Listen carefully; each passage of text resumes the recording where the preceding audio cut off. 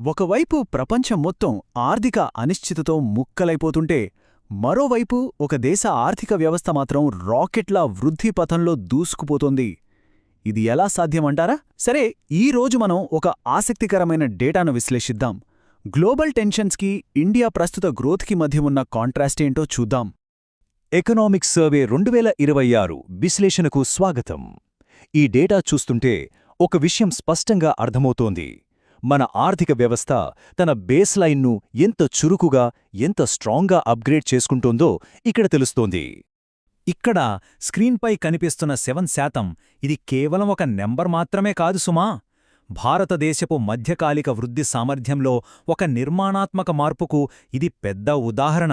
నిజం చెప్పాలంటే మన మొత్తం ఆర్థిక వ్యూహానికి ఇదే అసలైన పునాది. ఈరోజు మన విశ్లేషణలో ప్రధానంగా 5 అంశాలు చూడబోతున్నాం. అవేంటంటే 1 ప్రపంచ ఆర్థిక తుఫాను, 2 మన దేశీయ వృద్ధి స్తంభాలు, 3 స్థూల ఆర్థిక స్థిరత్వం, 4 పటిష్టమైన ఆర్థిక నిర్వహణ, మరియు చివరగా కొత్త వృద్ధి పథం. లేట్ చేయకుండా ఒక్కొక్కటిగా చూసేద్దాం. మొదటి విభాగం ప్రపంచ ఆర్థిక తుఫాను. నాజూకైన పరిస్థితులు మరియు భిన్నమైన విధానాలను ఇప్పుడు మనం ఎలా ఎదుర్కొంటున్నామో తెలుసుకుందాం. ప్రస్తుతం గ్లోబల్ ఎకానమీ పరిస్థితి ఎలా ఉందంటే ఎవరి దారి వారిదే అన్నట్టుగా ఉంది. ఇక్కడ చూడండి, అమెరికాలో ఏఐ పెట్టుబడులు జోరుగా ఉన్నా ఇన్ఫ్లేషన్ మాత్రం ఇంకా 2% పైనే ఉంది. యూరోప్లో పరిస్థితి మిక్స్డ్గా ఉంటే చైనాలో చూస్తేనేమో డిఫ్లేషన్, రియల్ ఎస్టేట్ క్రైసిస్ ఇలా తలో రకంగా ఉందన్నమాట. దీనివల్ల గ్లోబల్ ట్రేడ్ వాతావరణం ఎంత క్లిష్టంగా మారిందో మనకి స్పష్టంగా అర్థమవుతుంది. ఇప్పుడు మనం ఎకనామిక్ స్టేట్ క్రాఫ్ట్ అనే ఒక ఆసక్తికరమైన పదం గురించి మాట్లాడుకోవాలి. సింపుల్గా చెప్పాలంటే టారిఫ్లు, ఆంక్షలు, ఎగుమతులపై కంట్రోల్సు ఇలాంటి ఆర్థిక సాధనాలను దేశాలు తమ సొంత ప్రయోజనాల కోసం పెద్ద ఆయుధాలుగా వాడుతున్నాయి. అంటే వ్యాపారమనేది ఇప్పుడు కేవలం బిజినెస్ కాదు, అదొక వ్యూహాత్మక వెపన్ అయిపోయిందన్నమాట. ఇవి ప్రపంచ వాణిజ్యాన్ని ఎలా విడుగొడుతున్నాయో మనం చూస్తూనే ఉన్నాం. మరిలాంటి విపత్కర పరిస్థితుల్లో మన వ్యూహమేంటి? అదే స్ట్రాటజిక్ ఇండిస్పెన్సిబిలిటీ. అంటే గ్లోబల్ సప్లై చైన్లో మనం కేవలం ఒక ఆప్షన్గా మాత్రమే కాకుండా ఇండియా లేకుండా పనే జరగదు అనేంత కీ రోల్ ప్లే చెయ్యాలి. అది మన సూపర్ స్ట్రాటజీ. సరే, ఇప్పుడు 2వ విభాగంలోకి వెళ్దాం. అదే మన దేశీయ వృద్ధి స్తంభాలు. అసలు మన డిమాండ్ని ముందుకు నడిపిస్తున్న ఇంజినేంటో చూద్దాం. బయట దేశాల్లో పరిస్థితులు ఎలా ఉన్నా మన దేశంలో ప్రైవేట్ కన్జంప్షన్ అంటే ప్రజల వినియోగం ఏకంగా 61.5% చేరింది. 2012 తర్వాత ఇదే హైయెస్ట్. అంటే అర్థమేంటి? జనాలు మళ్లీ ఫుల్ కాన్ఫిడెంట్గా ఖర్చు చేస్తున్నారు. గ్రోత్ అనేది కేవలం ప్రభుత్వ ఖర్చుల మీదే కాకుండా అన్ని రంగాలకు విస్తరిస్తోందని చెప్పడానికి ఈ 30% పెట్టుబడులు, 21.6% ఎగుమతులే పెద్ద ప్రూఫ్. డిమాండ్ సంగతి చూశాం కదా, మరి సప్లై సైడ్ చూస్తే సర్వీసెస్ సెక్టార్ ఏకంగా 9.1% వృద్ధితో ఒక పెద్ద పిల్లర్లా నిలబడింది. మరోవైపు ఇండస్ట్రీలో మ్యానుఫ్యాక్చరింగ్ 8.4%తో దూసుకుపోతోంది. ఇక వ్యవసాయ రంగం 3.1%తో మన ఆర్థిక వ్యవస్థకి ఒక స్ట్రాంగ్ స్టెబిలిటీనిస్తోంది.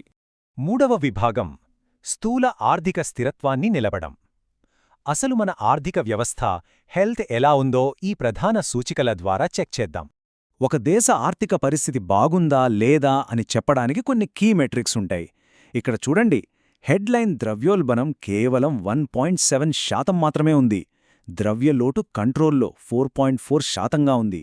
అతి ముఖ్యంగా బ్యాంకింగ్ సెక్టర్లో మొండి బకాయిలు దశాబ్దాల కనిష్ట స్థాయి అయిన 2.2%కి పడిపోయాయి. దీనికి తోడు 11 నెలల దిగుమతులకు సరిపడా ఫారెక్స్ రిజర్వ్స్ మనకున్నాయి. ఇది కదా అసలైన స్టెబిలిటీ అంటే. అయితే అంతా బాగుంది కదా అని రిలాక్స్ అవ్వడానికి లేదు. ఇక్కడ మనం గమనించాల్సిన ఒక పాయింట్ ఉంది. ఓవరాల్గా ద్రవ్యోల్బణం 1.7% ఉన్నా బంగారం, వెండి లాంటి వాటి ధరలు అమాంతం పెరుగుతుండటం మీద మనం కాస్త ఓ కన్నేసుంచాలి. అండర్లయింగ్ ప్రెషర్స్ పెద్దగా లేకపోయినా ఈ కమోడిటీస్లో వచ్చే మార్పుల్ని మనం నిస్తంగా అంచనా వేయాలి. ఇక 4వ విభాగం పటిష్టమైన ఆర్థిక నిర్వహణ, క్రెడిబుల్ ఫిస్కల్ కన్సాలిడేషన్. ఇందులో మన ఖర్చుల విధానం ఎలా మారుతోందో చూద్దాం. ఈ నెంబర్ చూడండి, 12.5% నుంచి ఏకంగా 22.6%కి. ఇది నిజంగా ఒక గేమ్ చేంజర్.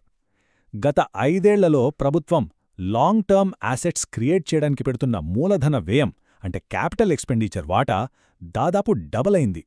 ఇది ఖచ్చితంగా భవిష్యత్తుపై పెడుతున్న పెద్ద పెట్టుబడి అని చెప్పాలి.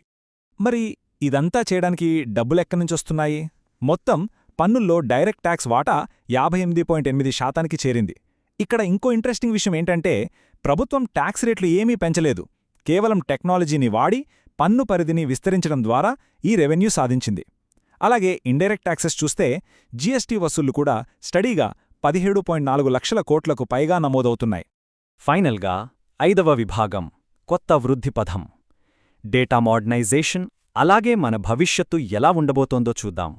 డిజిటల్ ఇన్ఫ్రాస్ట్రక్చర్ పెరుగుతున్న ఈ రోజుల్లో మన డేటా లెక్కలు కూడా పక్కాగా ఉండాలి కదా.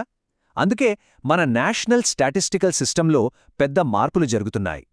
కరెక్ట్ పాలసీలు తేవాలంటే కరెక్ట్ డేటా ఉండాలి. ప్రస్తుతం Q3కి సంబంధించి నౌకాస్ట్ జీడీపీ 7% ఉంది. కొత్త సర్వేలు కూడా జరుగుతున్నాయి.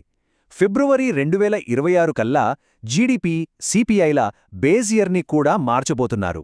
అంటే భవిష్యత్తులో మన డేటా మరింత పారదర్శకంగా ఉండబోతోంది. సరే, ఇదంతా బానే ఉంది. మరి ఫ్యూచర్ అంచనాలేంటంటారా? FY27లో మన రియల్ జీడీపీ గ్రోత్ 6.8 నుంచి 7.2% వరకు ఉండొచ్చని అంచనా వేస్తున్నారు. పాలసీ పరంగా చూస్తే ఒక రకమైన జాగ్రత్తతో కూడిన ఆశావాదం కనిపిస్తోంది.